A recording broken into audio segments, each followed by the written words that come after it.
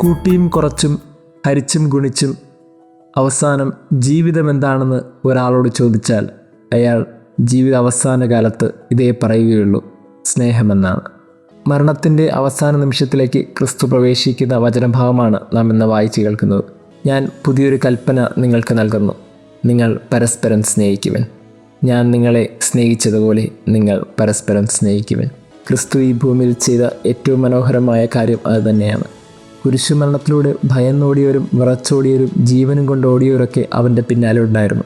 പക്ഷേ ഉദ്ധാനശേഷം അവരെല്ലാവരുടെയും പിന്നാലെ പോയി അവരെ നീ സ്നേഹിക്കുന്നുണ്ടോ എന്ന് ചോദിച്ചും അവരുടെ കൂടെ അത്താഴം പങ്കിട്ടും അവരുടെ മുമ്പിൽ പ്രത്യക്ഷപ്പെട്ടും അവരോട് മനോഹരമായ വാക്കുകൾ കൊണ്ടുമൊക്കെ തിരിച്ചെടുത്ത് അവരെ കുറച്ചും കൂടി ബലപ്പെടുത്തിയ ഒരു ക്രിസ്തുവിൻ്റെ ജീവിതം നമ്മൾ മറന്നു പോകരുത്. സ്നേഹമെന്നാൽ ഇരട്ടിപ്പിക്കൽ കൂടിയാണ്.